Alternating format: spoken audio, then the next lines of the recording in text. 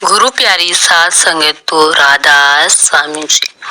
आज हम आपसे ये कहने जा रहे हैं कि जब भी बाबा जी आपकी परीक्षा लेते हैं तो आपके अंदर कुछ संकेत आएंगे, आपको कुछ महसूस होगा। तो वो क्या संकेत हैं हम आपको आज बताना चाहते हैं। तो बाबा जी कहते हैं कि जब भी आप पर कोई ज्यादा ही दुख की घड़ी आए, ज्यादा ही मुसीबत का टाइम आए, तो आपको ऐसे लगेगा कि आपके आसपास कोई है। जब भी आप पर कोई मुसीबत आएगी तो आपको सिर्फ दो काम करने हैं, दो ही बातों का ध्यान रखना है। तो जब आप उन दो बातों का ध्यान रखेंगे तो आपको ऐसा लगेगा कि परमात्मा हर समय आपके साथ हैं। आपके दुख की घड़ी में भी वो आपके साथ ही खड़े हैं। वो मालिक आपको कभी अकेला नहीं छोड़ रहा। आजकल के जवान पीढ़ी है जो, वो सपने इतने बड़े देखते हैं कि कोई सोच भी नहीं सकता। सबके सपने बहुत बड़े होते हैं, चाहे वो करे कुछ भी ना। वो चाहते हैं कि हम कुछ भी ना करें, लेकिन हमारे पास बहुत ज्यादा धन हो, दौलत हो, बैंक बैलेंस हो, अच्छी खासी प्रॉपर्टी हो, लेकिन अगर उन्हें ये सब मिल भी जाता है तो उसके बाद भी वो परमात्मा को भूल ही जाते हैं, उस मालिक को भूल जाते हैं। वो इन्हीं बातों में व्यस्त हो जाते हैं, संसारिक खुशियों में ही। लेकिन जो इंसान संसारिक खुशियों को ज्यादा महत्वता देता है वो अंत में पछताता है, क्योंकि ये संसारिक खुशियां जितनी भी हैं ये सारी की सारी नाशवान हैं, इनका अंत होना ही है। आपके पास कितना भी बैंक बैलेंस होगा, एक दिन वो फिनिश हो जाना है, खत्म हो जाना है। आपके पास एक सुंदर घर होगा, आप उसको भी अगर मेंटेन नहीं रखोगे तो वो भी एक दिन खंडर बन जाएगा, नष्ट हो जाएगा।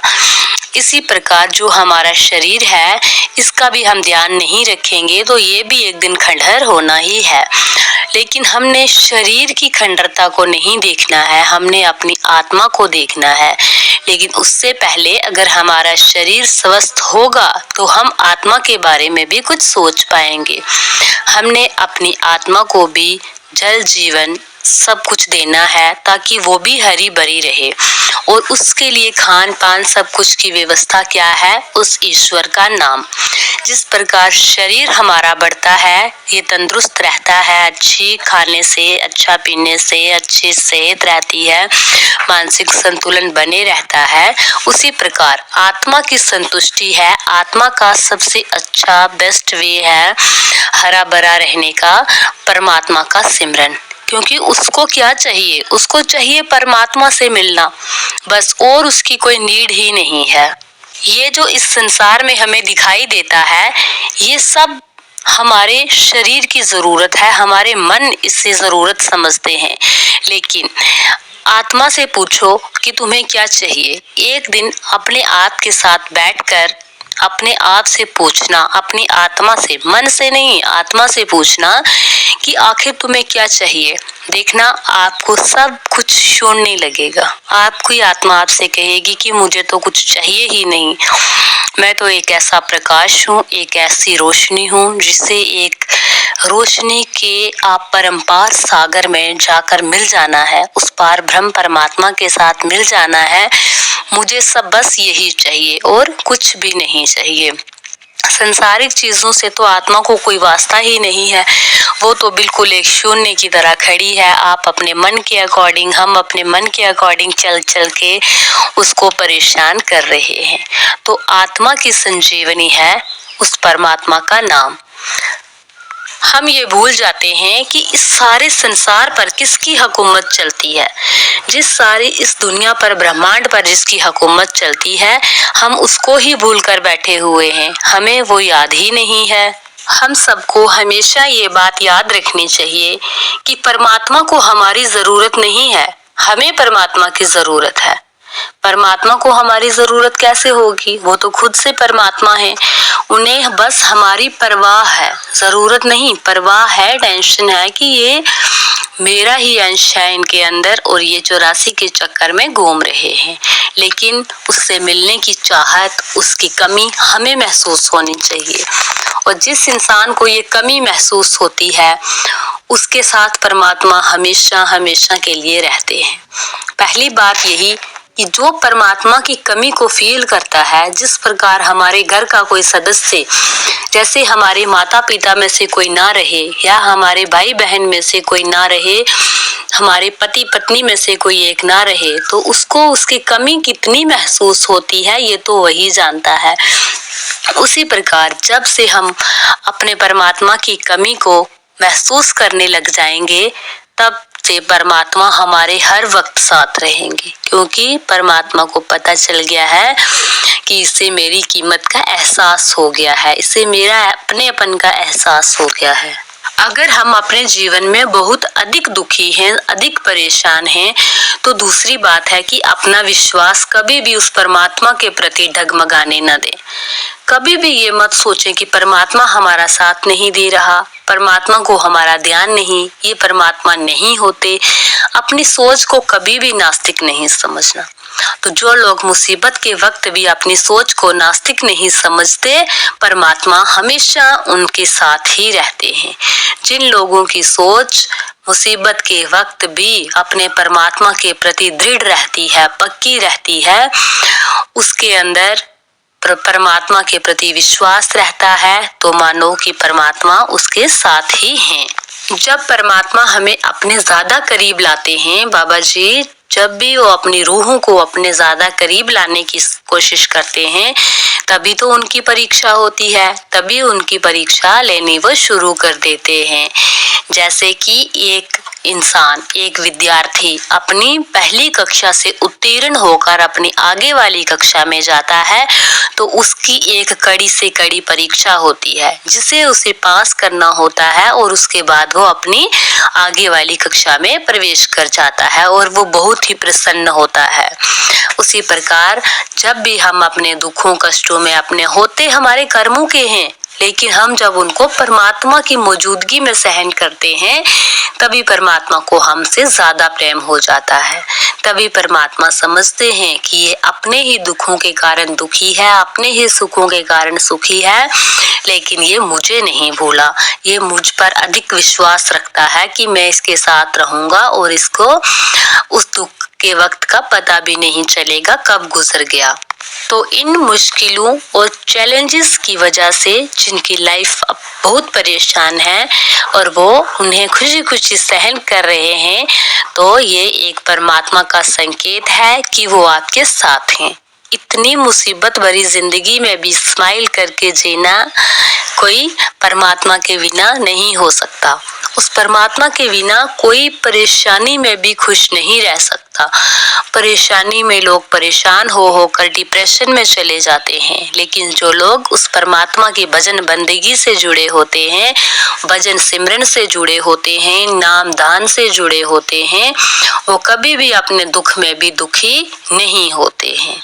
उन्हें ऐसा महसूस ही नहीं होता कि उनको किसी चीज की कमी आ गई है, कुछ उनकी जिंदगी से छूट चुका है, कुछ रह गया है, कुछ बाकी है, कुछ आना चाहिए। ये सब बातें उनके मन से निकल जाती हैं। जो भी लोग अपना ज्यादा से ज्यादा समय 2.5 घंटे का समय हर रोज अपने भजन सिमरन को देते हैं ना, उन लोगों के लिए इस संसारिक खुशियों की कोई भी महत्वता नहीं है, संसारिक परेशानियों की कोई भी महत्वता नहीं है। वो अपने जीवन का हर कार्य एक सेवा भाव से करते हैं, चाहे वो अपने बच्चों का पालन पोषण हो, चाहे वो उनकी जिंदगी से जुड़े हुए और कार्य हो, वो सब उस परमात्मा की सेवा समझकर करते हैं, ना कि अपना घमंड समझकर, अपने आप के लिए कुछ समझकर।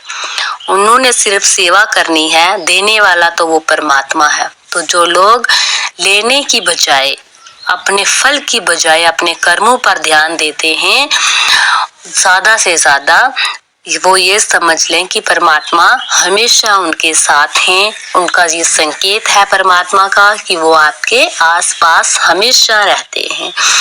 तो इसी के साथ हम आपको एक छोटी सी साखी सुनाते हैं, जिससे इंसान भरी की मुश्किलों से भरी हुई जिंदगी आपको बहुत सारी खुशियां दे जाएगी। कहते हैं कि एक बार एक इंसान ने परमात्मा की बहुत भजन बंदगी की, इतना भजन सिमरन किया, परमात्मा को खुश कर दिया कि परमात्मा उसके पास आ गए उसको दर्शन देने के लिए। कहने लगे, बोल तुझे क्या चाहिए। तो इंसान काफी कमाई वाला था, उसने बहुत ही साधना कर रखी थी, भजन सिमरन कर रखा था। उसने कहा, हे परमात्मा, बस जब मैं परेशान हूं तो मेरे पास आना, मेरे साथ ही रहना, मेरी हर खुशी में हर दुख में, लेकिन जब मैं तुझे पुकारूं बस तू मेरे साथ हो। दुख में की घड़ी में हमेशा मेरे साथ होना, दुख चाहे कितने भी आए। परमात्मा ने कहा, ठीक है कि जब मैं तुझे तेरे साथ रहूंगा तब तेरी परछाई बन के ही रहूंगा, तुझे अपने साथ दो परछाइयां दिखाई देंगी। उसने कहा, ठीक है परमात्मा, जब भी मैं परेशान होऊंगा, मैं अपनी परछाई को देखूं तो मुझे मेरी दो परछाइयां नजर आनी चाहिए, एक मेरी और एक आपकी मौजूदगी की परछाई। परमात्मा ने कहा, ठीक है। फिर वो अंतर्ध्यान हो गए। जिंदगी चली उस आदमी की, अच्छी खासी चलती गई। एक दिन उसकी जिंदगी में मुसीबतों का पहाड़ आ गया। ऐसा तूफान आया कि वो बहुत ज्यादा परेशान हो गया। उसने अपने आसपास देखा, परछाई नहीं थी, एक ही परछाई।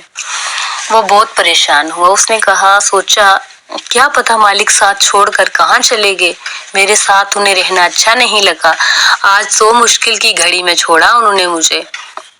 फिर जब वो निकल गया उसका वक्त मुश्किल वाला, फिर जिंदगी थोड़ी स्थिर हुई उसकी, तो पर देखने लगा परछाई को तो दो परछाइयां। उसने परमात्मा से कहा, भगवान अभी से मेरे सामने आओ, दर्शन दो, मैंने आपको अभी से कुछ बातें करनी है आपके साथ। बड़ा गुस्से में था। तभी भगवान जी सामने आ गए, परमात्मा उसके सामने आए तो परमात्मा ने उससे कहा, भोल भक्त क्या है, आज क्यों इतने गुस्से में है।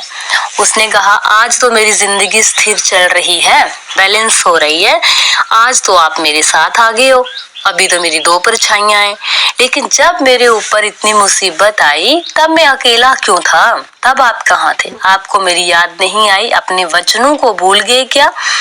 परमात्मा ने कहा, मैं अपने वचनों को कभी भूल सकता हूँ भला, अपने इतने अच्छे भक्त को, इतनी अच्छी आत्मा को मैं कैसे भूल सकता हूँ।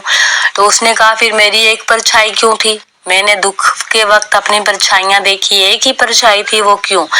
तो भगवान ने कहा, ओ मेरे भोले भक्त, तुझे मैं बताता हूँ कि तेरी एक परछाई क्यों थी। वो इसलिए थी कि उस बुरे वक्त में तेरे मैंने तुझे अपनी गोद में उठा रखा था, अपने हाथ के ऊपर रखा था। मैं तुझे उस बुरे वक्त में कैसे नीचे धरती पर रहने देता, तेरी सारी जिम्मेवारी मैंने उठा रखी थी, इसलिए तेरी एक परछाई थी, दो नहीं थी। वो परछाई मेरी थी, ना कि तेरी थी। इसीलिए जो लोग अपनी मुश्किल के वक्त में भी ये सोचते हैं ना कि परमात्मा उनके साथ है हमेशा, वो कभी परेशान नहीं होते। तो उनके लिए ये एक बहुत बड़ा संकेत होता है कि परमात्मा उनके साथ हैं, उनको कभी भी डगमगाने नहीं देंगे, उनकी जिंदगी कभी भी इतनी बड़ी मुश्किल में नहीं पड़ेगी, क्योंकि परमात्मा तो बड़ दुखों के पहाड़ को भी बिल्कुल छोटा सा कर देते हैं। तो आज का सत्संग हम यही समाप्त करते हैं। धन्यवाद। आपका समय शुभ रहे। आप सबको हमारी तरफ से दोनों हाथ जोड़कर राधा स्वामी श्री।